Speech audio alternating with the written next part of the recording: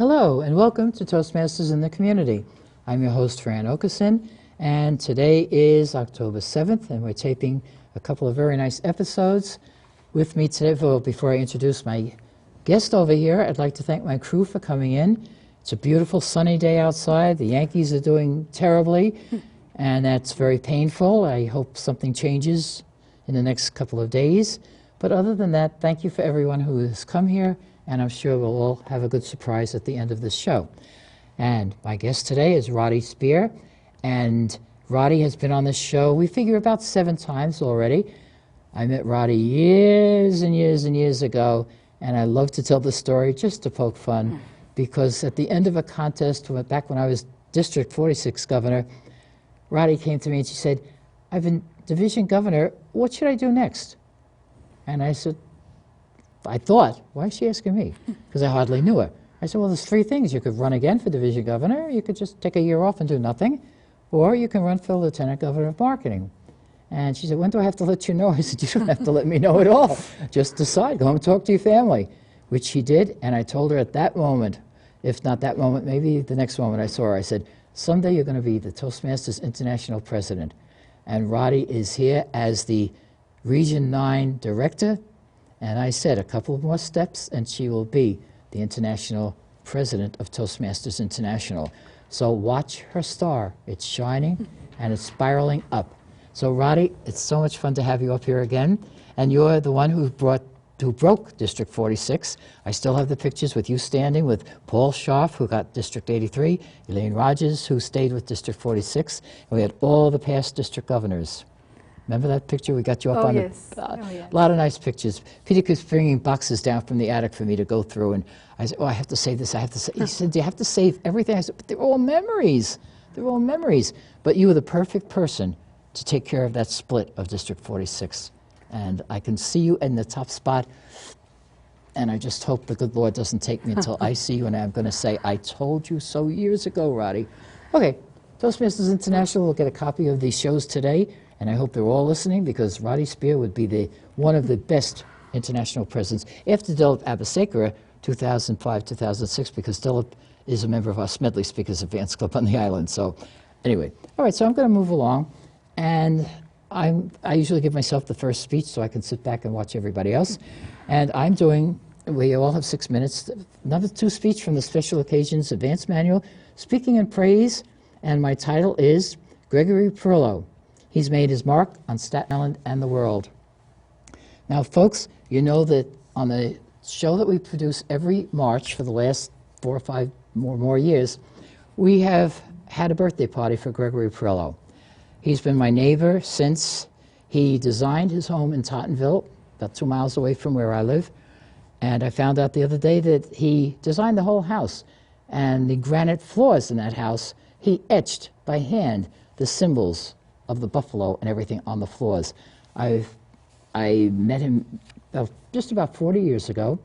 I had a political gathering on my front porch, and I somehow came across his address and phone number, and I will never tell where I found it, but because I'd probably be arrested. But I called and I asked him, I said, my girlfriend is having the South Shore artists come and hang their paintings on my fence to draw people into a political gathering.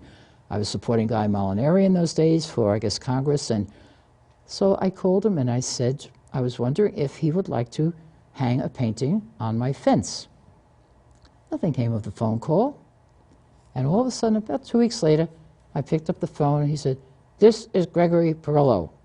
Wow, an internationally renowned artist. And I said, yes, Mr. Perillo. He said, Perillo don't hang on fences. I said, oh, I'm sorry. I didn't know him at all. And I thought he was sort of gruff. And he said, do you have an easel? I said, no. He said, well, if you had an easel, I'd let you come and get a painting. I'll buy an easel. So I bought an easel, and Peter was about 9 years old at the time, and we went to Greg's house, and he's getting a copy of these tapes because I love him dearly, and his wife is a longtime member of our Women's Club of Tottenville. But Greg has been a great friend over the years. He loves it when we celebrate his birthday. He was 90 years old this March, and I've already put the plans in for his 91st. But Greg will not be with us on his 91st because But a couple of weeks ago, he moved to Florida, Clearwater, Florida. It broke my heart when I knew he was going. His wife, Mary, wanted to go because that's where their son and daughter live and the grandchildren. And Mary said, he's got to go. And he kept telling me, I'm not going. And this was going on for quite a few months. He wasn't going. Mary wanted him to go. So the kids bought him a house in Clearwater, and he finally left the island. It breaks my heart, but he sold his beautiful home that he designed, and a lot of my love for him went there, but he has left an awful lot with us. The thing is, I said, you know, have you told everybody on Staten Island that you're moving, or that when you're going? He said, no, I'm going to leave that up to you. I said, okay. I said, can I announce it on my next TV show? Yeah, you can do anything you want. I'm making you're my manager from now on. So I said, okay, I'll manage you. I don't want you to go to Florida. That you can't control.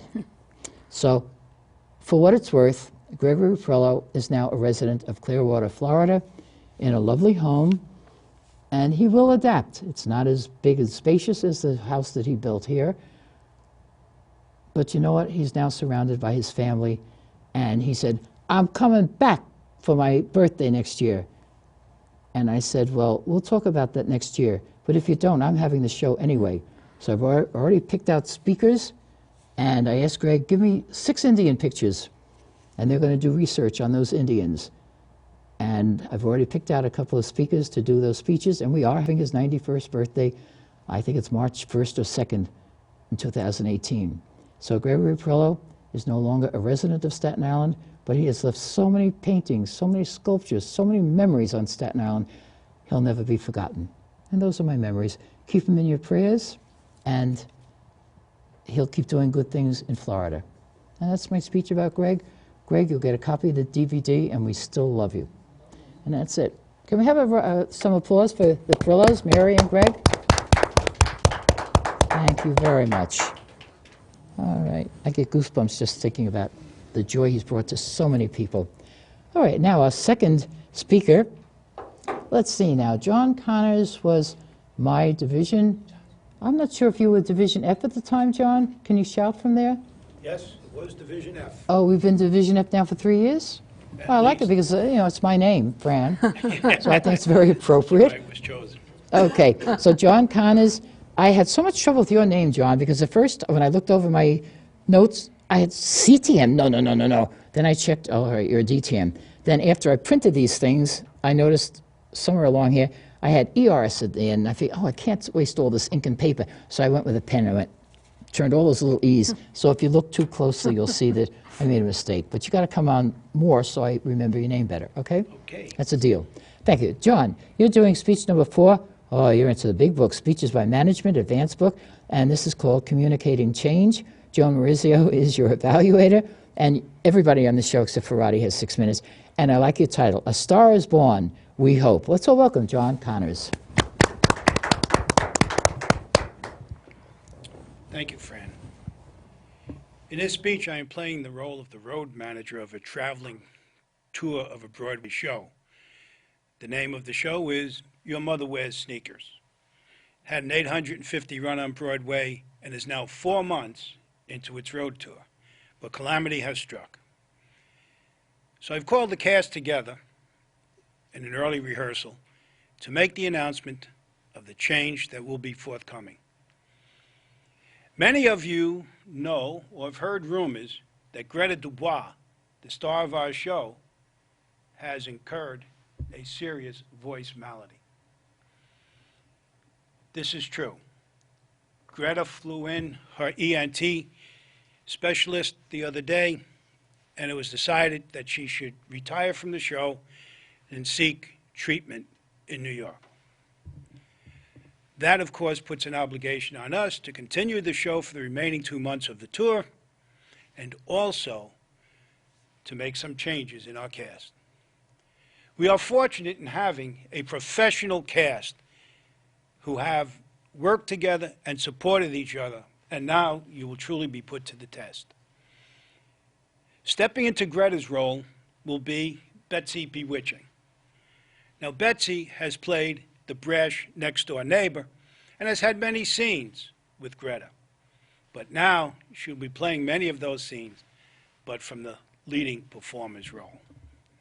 So this will be a change that will affect not only Betsy, but many of you in the cast. Your cues will be somewhat different. The way you respond to the character will be somewhat different. It will take all of us working together to make this change effective. Now, stepping into Betsy's role as the neighbor will be Adele Astor. Now, this is a quantum leap for Adele, because Adele has been in the chorus and will be stepping up to a featured role. But again, she has been understudying this role for the full 4 months we've been on the road. I am confident that she will succeed. I am confident that you will all help both of these people in their quest. How does this affect me, many of you will say? Well, it does. As I've already mentioned, you will be receiving your cues, in many cases, from a different performer. So it's going to take some adjustment for you to adjust to that performer in their new character.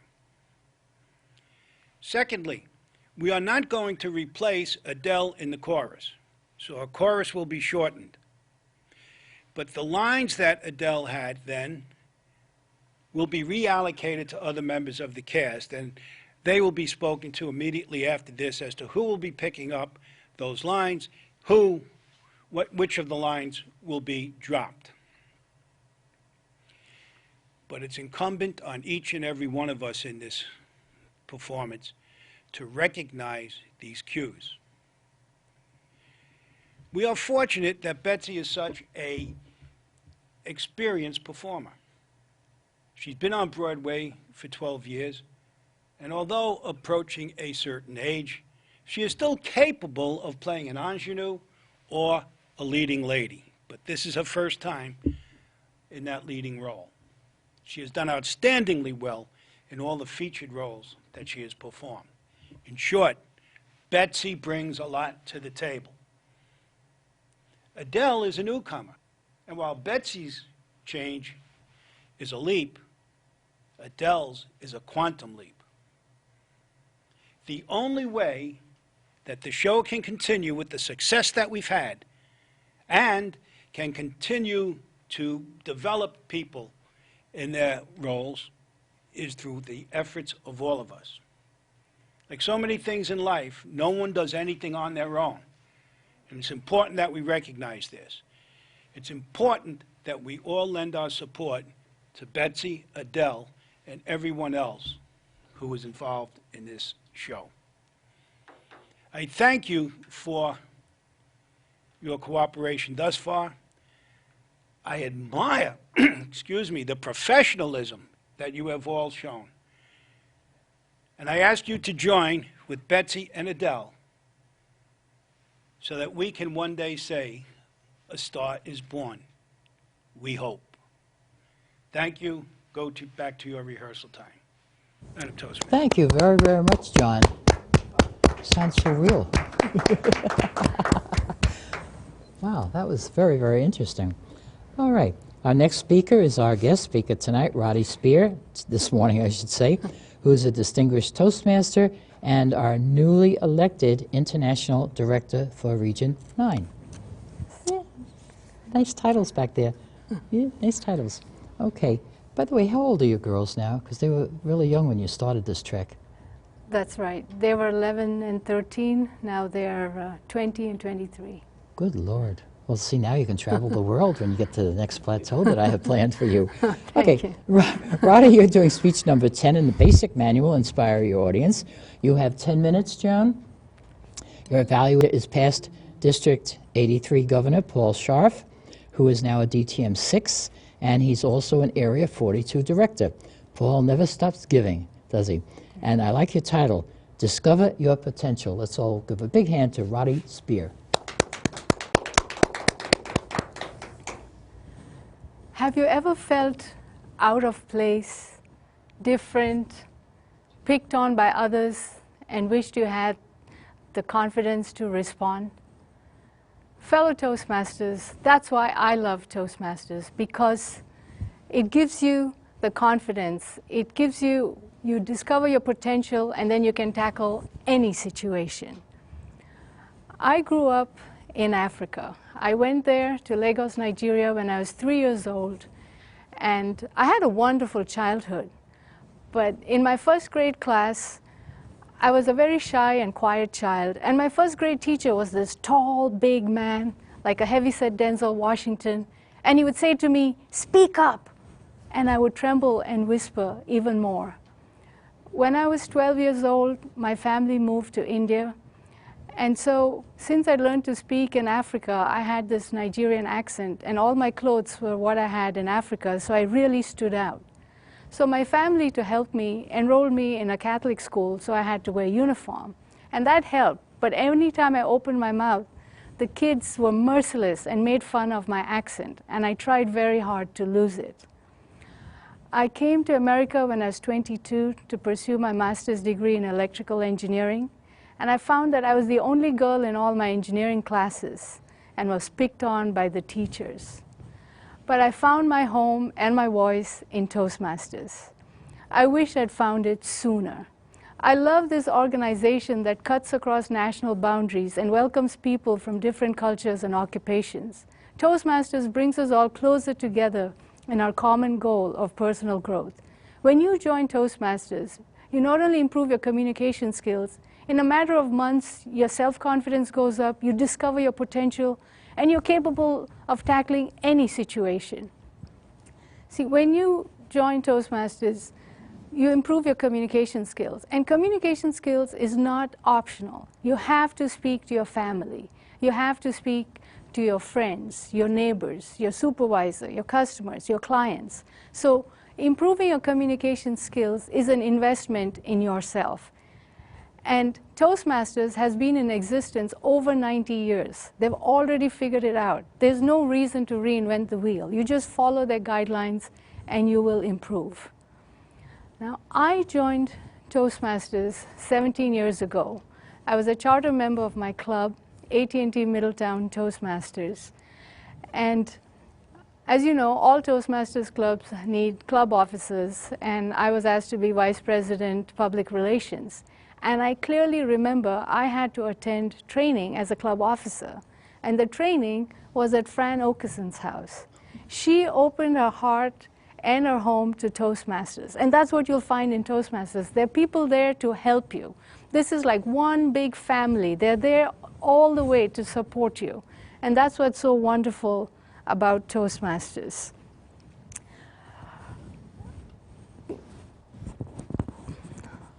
When I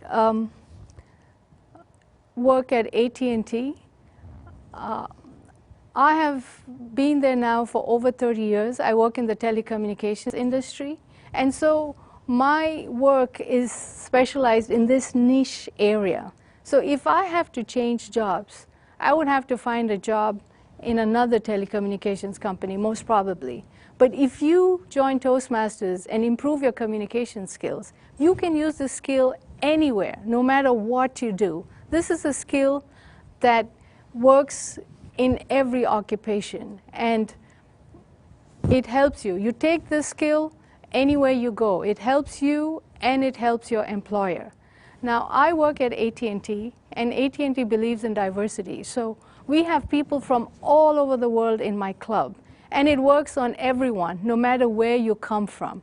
I have seen people who are extremely shy and timid, and they join my club. Within a matter of months, you can see that they've gained the self-confidence. They discover their potential. They're like, okay, I'll take this leadership role. I will run this workshop. I will do things. It's just incredible to see the change in people. Now, people join Toastmasters for various reasons. Some people join to improve their communication skills. Some people join for networking. Some people join for the friendship. But no matter what reason you join Toastmasters, you see the improvement in people.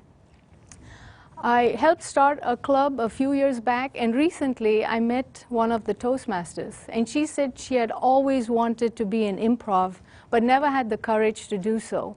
But now She had joined improv in New York City, and she said she loves it. Toastmasters gave her the courage to join this improv club. I have people from all over the world in my club.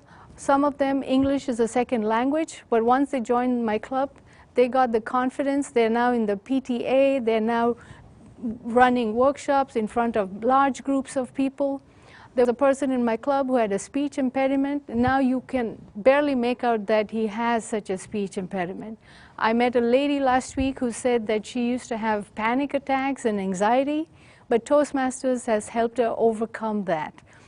There was one person in my office who, because of Toastmasters, got the courage to quit his job and actually start a business. So there are countless stories you will hear in Toastmasters about how it has impacted our lives for the better, how Toastmasters has really changed them.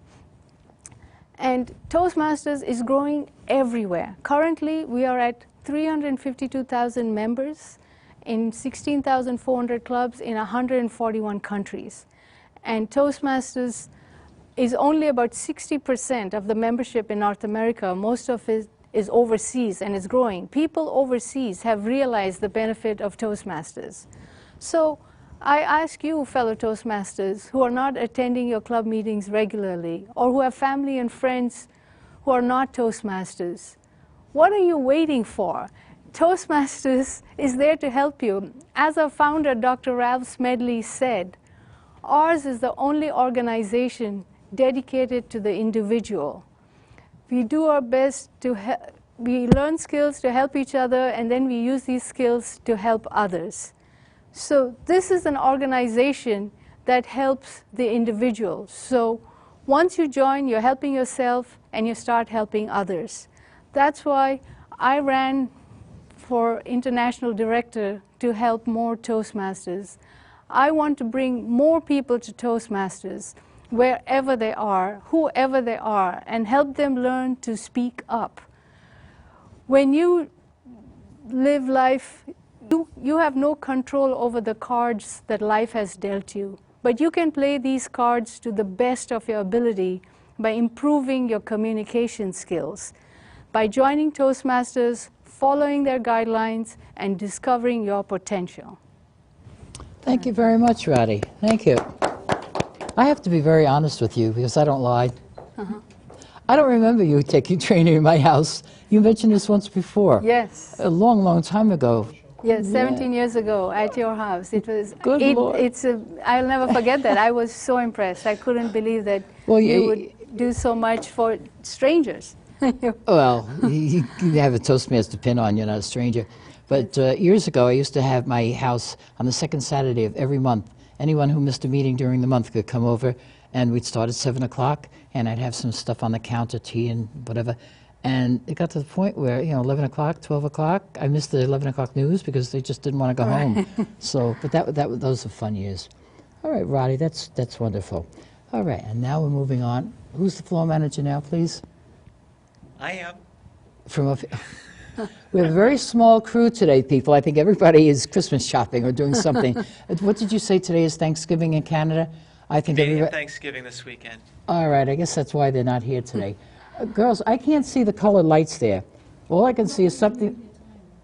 Well, I was watching for yellow and red to come for Roddy, but I'd like to see the lights a little clear. What? Okay. They're not working? She was at 7:40, so she didn't get to the 8. Oh, well, I didn't. All I see is something that looks green. I don't see yellow there at all. So if you could get that box out a little bit, I really would appreciate it. All right, Rachel. Yes, Thank you, Fran. Madam Floor Manager, jack of all trades, but master of everything. I have to be careful with my crew, Anyway, all right, you're doing speech number 3, the Technical Presentations Advanced Manual. And this, I'm so glad this is qualified. This speech is for the non-technical audience. So if she starts getting technical, we'll all go, boo. You have 6 minutes. Paul Paradise is your evaluator. And this could be a very embarrassing speech. You realize that. I asked her, what's your title? And she said, do you see my tail? And I figured, well, I never looked. Anyway, let's all welcome Rachel Weiss. Thank you, Fran, my studio audience, and my home audience. The weather is starting to get a little bit colder, and as a result, some things are going to be happening that you may not have recognized or you've seen and you don't know why it's happening. During the summer months, when an aircraft is flying 26,000 feet above us, sometimes you see this white mist or trail that's called a contrail behind the airplane. That contrast or contrail is a water vapor cloud coming from the engines. So that's the question, do you see my tail? The engines in combustion, if it's very efficient, is going to produce water vapor. Now the water vapor coming out of an engine in a jet is the same water vapor that we see coming out of a truck or car. The difference is up there, it's 34 degrees below 0 Fahrenheit. That's cold. That's sub-zero. It's kind of like your freezer. And the water vapor coming out normally wouldn't be seen, but because of that sharp change in temperature and some particle matter, or what we might call soot, coming out of the engine helps the water vapor latch onto it and freeze, becoming ice crystals. And so what we're seeing is the ice crystals coming out behind the aircraft. What we need to understand is that's good, unless you're in the military. During Vietnam, our bombers were flying at those high altitudes. They were called high altitude bombers. And if their contrail was there, the enemy would see their tail and know where that plane is. And that wasn't good. And so the military had to come up with different ways to try and prevent that from happening. Back then, the only option they had was to make the engine less efficient. That means more unburnt fuel is coming out of the back of that jet. And that unburnt fuel then prevented the crystals because it's a hot gas. Today, we have very efficient engines, and those engines are producing a lot more water. Some of the fuels that we're using today have more, junk in them. And because they got that junk in them, it's creating those water crystals, and we're seeing the contrails. Now, let's get back down to Earth, where you and I are going to experience this. Let me talk to you about your car. Now that the temperatures are getting cooler, higher humidity days with cold temperatures, you might see a tail coming out of your car. That white vapor out of your exhaust pipe, that's water vapor as well. And after a short distance, that water vapor disappears. So you don't see a very long tail. However, if you see a tail coming out of a car that's kind of gray, maybe blue-gray, that tells us that there's a problem. Sometimes the car actually stinks. Have you ever said, that car smells like rotten eggs? Or maybe, where's the garbage dump? Well, that's because it's sulfur dioxide or sulfur oxide. That's a pollutant in the gasoline. So the gasoline isn't as pure or isn't as clean, and that residue that's coming out is being worked on by your catalytic converter to be able to burn those gases and to blend them in a way that it doesn't stink. If you're having that problem, you probably need to bring your car in because there may be an issue with your catalytic converter, or maybe the engine isn't working at its efficiency to produce that water vapor. When we go into trucks and buses, they're diesel. That's a different kind of fuel. And I work for United Parcel Service, and trucks are, part of my DNA. And I love that smell of diesel. Do you know what that smell is? That's nitric oxide or nitrogen oxide. That's something that happens in nature. Every time a lightning strike comes, do you ever smell that funny smell of ozone and nitrous oxide? It's not the best thing, but it's not poisonous. The concern that we have is the pollutants that are in our fuels. That's sulfur dioxide and the other carcinogens. Today, we're looking at biofuels. Now when that bus drives by and you say, like, French fries? French fries? It's because of the biofuel. They're using a mixture of the petroleum with a renewable energy source. We've been doing some experiments also with biofuels for aircraft. And so we're going to try and get away from a lot of these polluting petroleum products and become more efficient. So if you're seeing that white vapor cloud behind those planes creating new clouds, that's a good thing. The engine's running efficiently. Not so? Well, maybe it's not in those 26,000 feet. Or maybe their engine needs an overhaul. Madam Toastmaster. It is contest season, Rachel. We understand that. Thank you very much, Rachel. Okay, and now going into our final speaker today.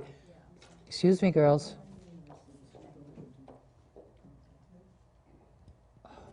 Speaker number 5. Oh, hello, you came out. Very good. Hi, Sue. Yeah, we let the people in the control room come out once in a while just to hook us up or come over and make a speech once in a while. All right, Sue, you're doing speech number 3 in the basic manual. Get to the point. Speech number 2? What on? I'm sorry, speech number 2? What do you want me to put here? Okay, speech number 2. Anyway. I'll check when I go home, but I could be wrong. I'll take the blame. Okay, no big deal. You're still going to do the same speech, right? Yes. Okay, so Lucy Kahn is your evaluator, and your title is The Power of a Brand. Let's all welcome Sue Brooks. Madam Toastmaster, viewing audience at home, and studio audience. We are all influenced by the power of a brand, whether it is in clothing, food, automobiles, sports teams. We are all influenced by the logos, the colors, the message, the advertising we hear, the commercials we see on television, all around us. Many years ago, when my son was a small child, we were driving up the Garden State Parkway, and he was a pre-reader at the time, and he said, ShopRite. Sure enough, there was a ShopRite truck over on our left. I said, Tom, how did you know that? To which he replied, I recognize the logo. This is a 3-year-old. I recognize the logo, the power of a brand. He saw the yellow truck, the black block lettering at the time, and the supporting red coloring.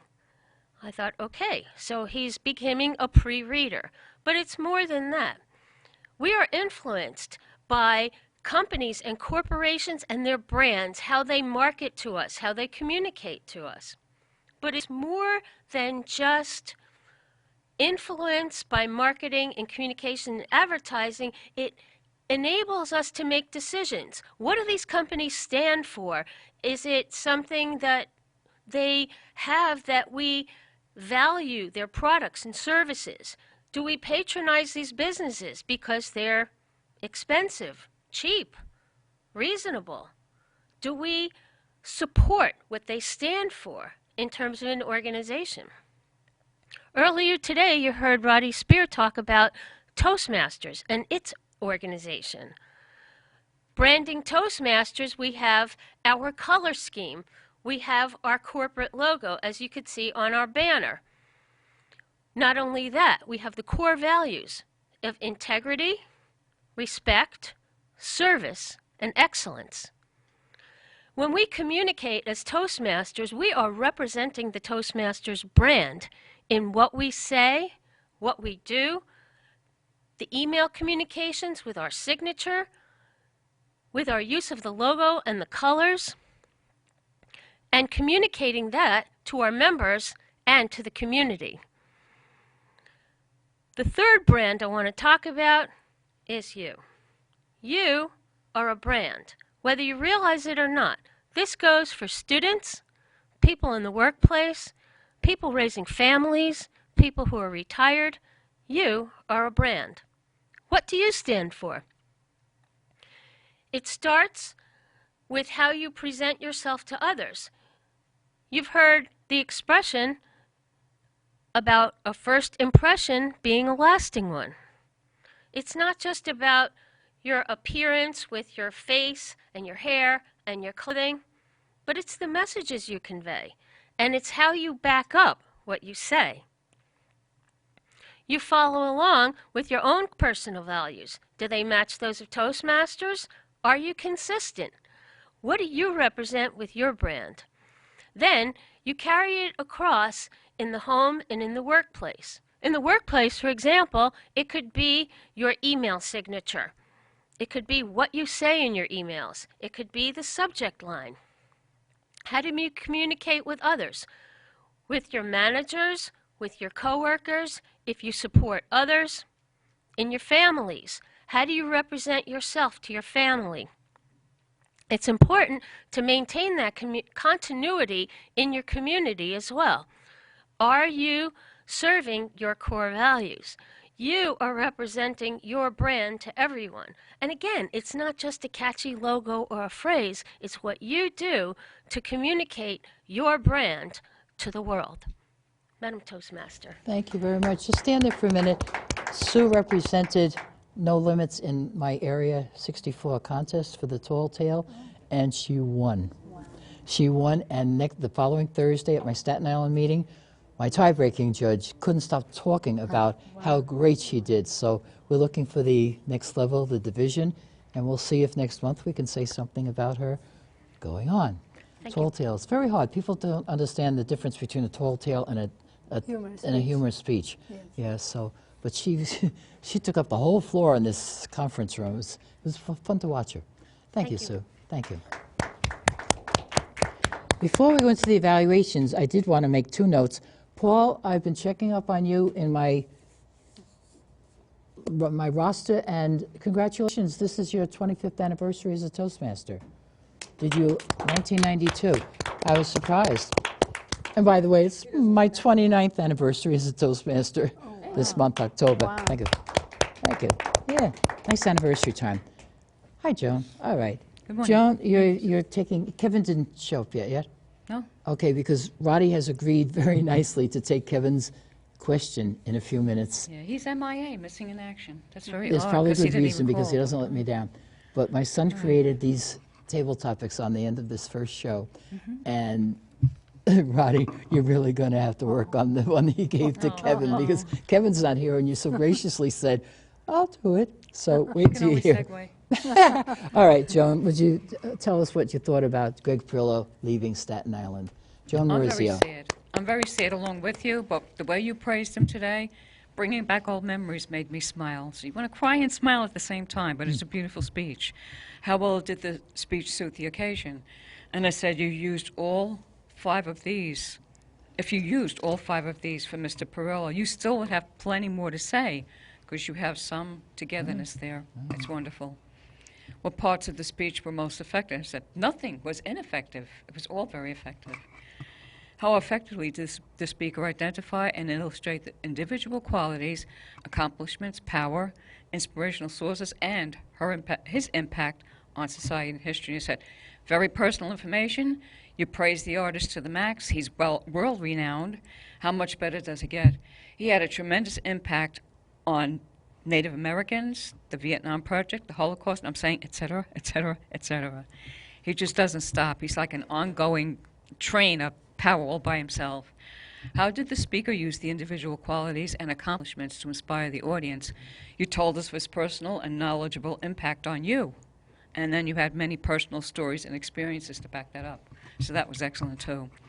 How well did the speaker use stories, anecdotes concerning the individual to be illustrated. And I said, you did that superbly well. What could the speaker have done differently to make the speech more effective? I said, where's Mr. Perillo? That's the only thing you could have done, is maybe bring a big cardboard cutout.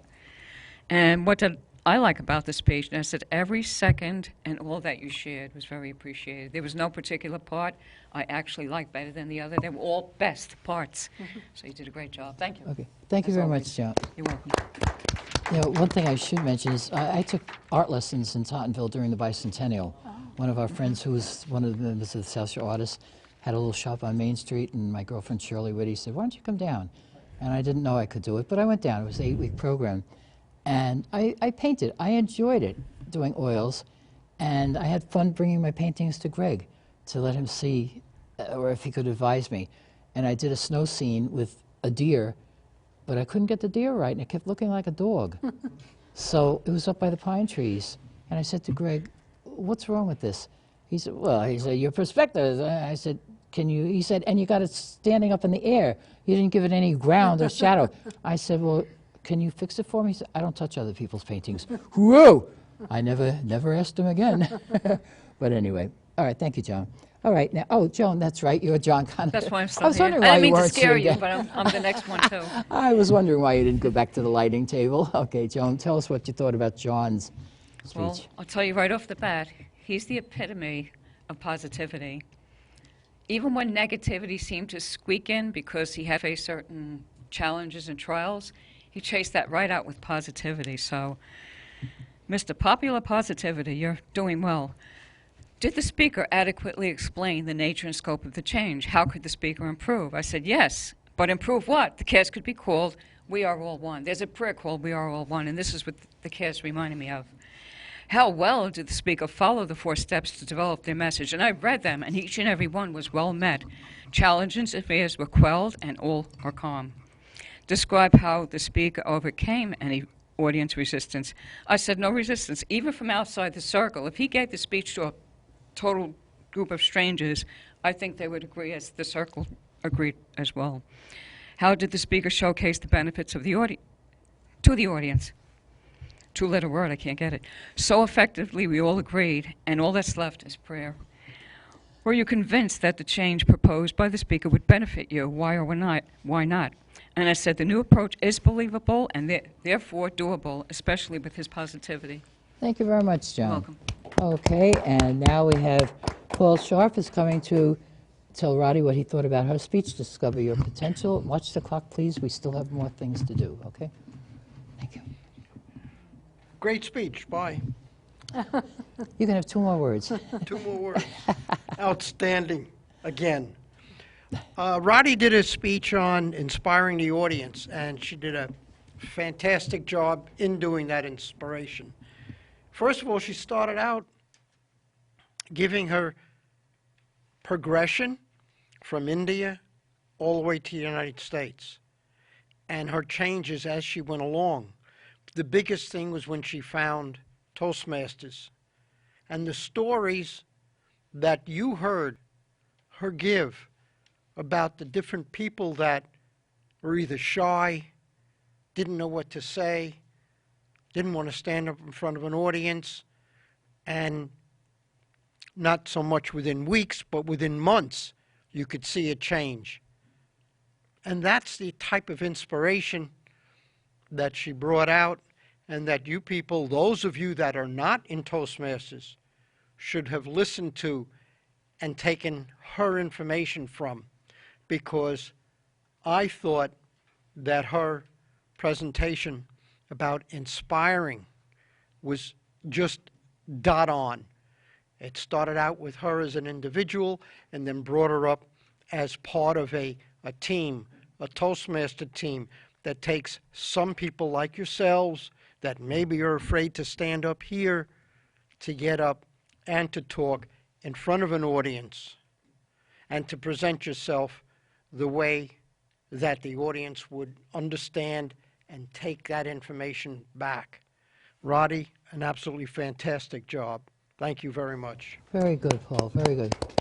I didn't remember that you were raised in Africa, in Lagos. Yes. Because, you know, Ambassador Okobi and I chartered the first club in Lagos, Nigeria, the Eagle Toastmasters. Right. Yeah, I was so glad he named it something I could say, and not some Indian word or Africanese word. Yeah, my first club in a far-off land. Hello, Paul. Paul, you're going to tell us what's coming out of your exhaust pipe. Thank you. Yeah, Rachel sort of threw me a curve there, but why don't you tell us what you thought about Do You See My Tail? Paul Paradise. Thank you, Madam Toastmaster. Well, I thought her title was very arresting, Do You See My Tail? And since this was a technical talk, my first thought was when you pose a title like that was, this is probably going to be a talk about an animal, like a fish or possibly another type of animal. So I was completely taken by surprise when it turned out she was talking about an airplane tail, and she went into the logistics of that, so that at 20,000 feet, that's a water vapor trail. And then she brought it back down to earth, and then she brought down and talked about an automobile exhaust trail. So I was immediately brought into that, because this is something I wouldn't even have thought of. And she broke it down into a water vapor trail and went into the ins and outs of that. And then she moved back into the Vietnam War, and she was talking about how this posed a problem to bombers that were flying overhead, because the enemy could see the trail, and then so they had to do something to the exhaust there, make it less fuel efficient, so that the pilots would be safe. I found it very interesting as well when she was talking about the smells that were coming out of them. So if you smelled like a rotten egg smell, you had a problem with your catalytic converter. Very interesting. I never thought of that. So I'll keep an eye out, or my nose out, for my own car. Where I got just a little confused was when you're talking about the diesel, because it does have a nitrous oxide type of smell. And I was wondering, because we're talking really about the trail or the tail that was coming out of it.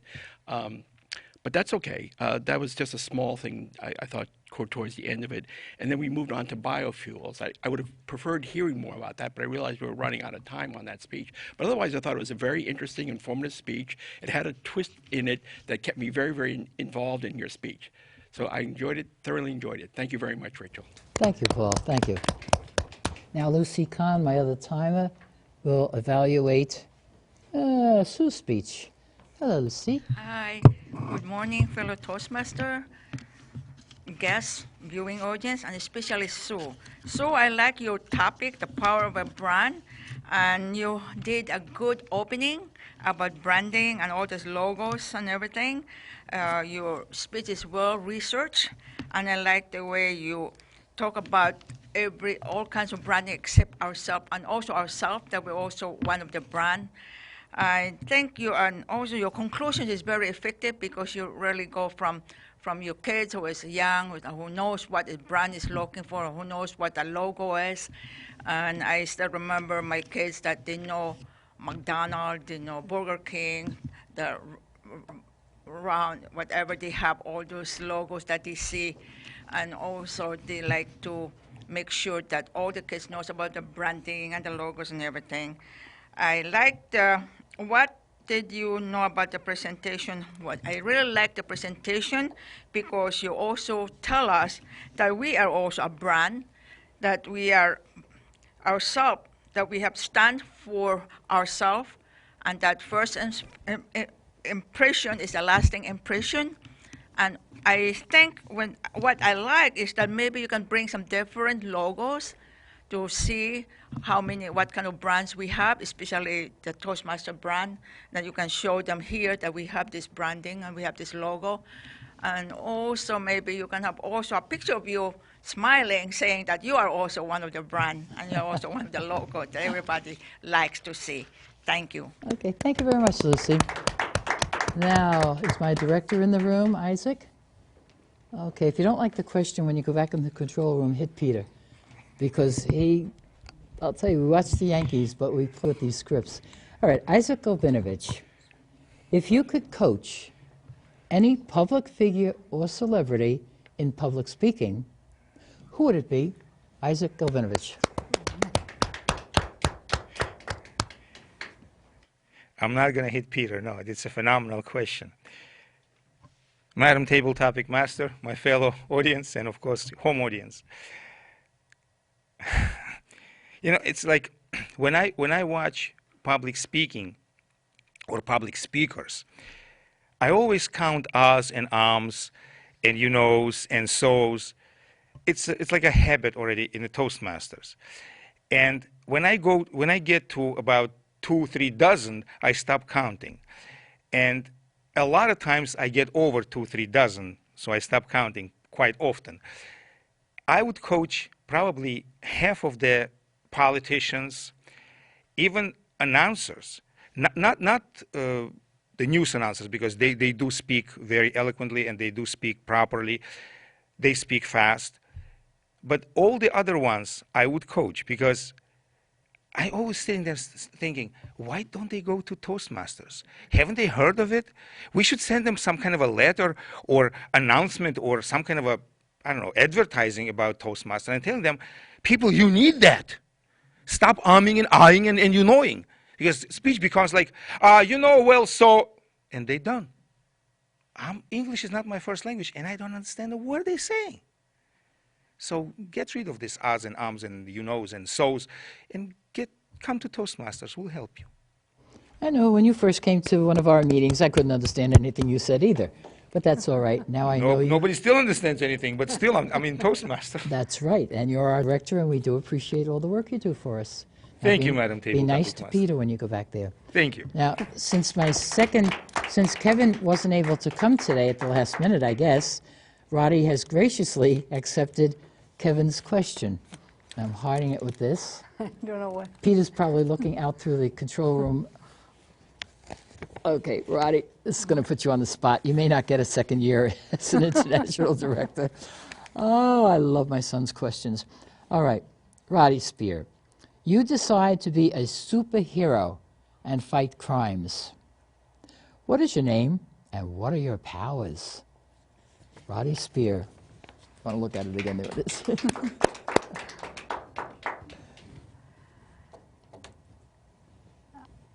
Thank you, Madam Tabletop Master. You ought to join Toastmasters, you know, you wouldn't have those lulls. Yes, I think so. So the superpower I would like to have is to be invisible, like you read in Harry Potter, where you could put something on yourself and become invisible. And then I would like to listen in so many places what my superiors at work are talking about, because they keep telling you, oh, no, everything is fine, and then there are layoffs coming down.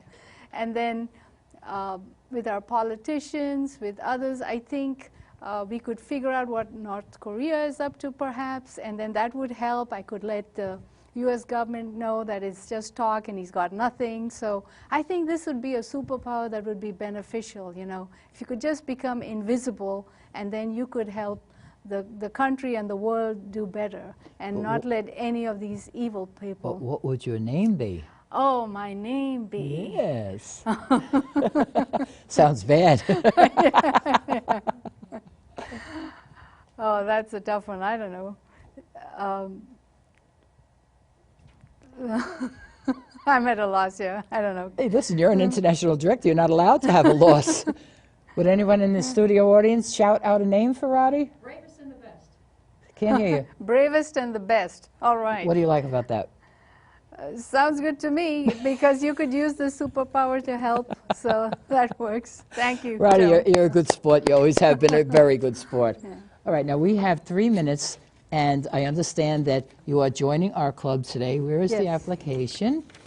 Here it is. Our show is finished as far as I'm concerned, and I did my part. You filled out your part. I filled out my part, and it says here that since I'm your sponsor, I will not be able to sign your application until I see you sign yours. So you sign there, and then... Okay, let me take this pen for a second. Okay. Get this on camera now. She is signing an application. And then you can tell the folks what your full first name is. Joan? Oh, I signed it as Roddy Spear. Should I sign it my official name? Put that on top, because you put my name in as Fran, but I always sign things Francis for TI, but that's all right. They know who you are. Okay, and now I'll sign mine. And you have a gift for our club. Why don't you just... And here's a safety pin. Oh, I had it here. Did it get knocked off? No, I saw it. There it is. Oh, okay. I just wanted to tell people that Roddy told me, I guess yesterday, that you had a ribbon from Yes. Toastmasters International saying, what does it say now? Home Club of the International Director. I am very, very honored to have it. And when we run out of time, we're going to have everyone in the studio come up and get in this picture. Okay. Rachel, you don't need to tell me anything more. Why don't you help Roddy piss on the corner of the banner, I guess the left side, up at Okay. the top. And we're going to take it off so I can fold it carefully. And I'll sign my John Hancock. And you're going to send this in as soon as you make a copy for yourself, Roddy? Yes. Then you mail it into TI, okay? Why don't do. you get up there? 'Cause I have Richard this- Kahn? oh. Oh, we can simulate it, that picture after, okay?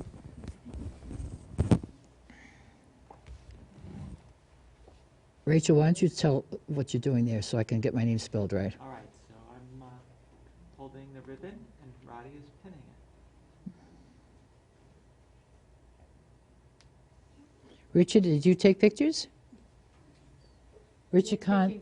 Oh, he is? Oh, all right. Yes. Very good. Oh, I have my camera too. Just stand there for a second. We're just about out of time.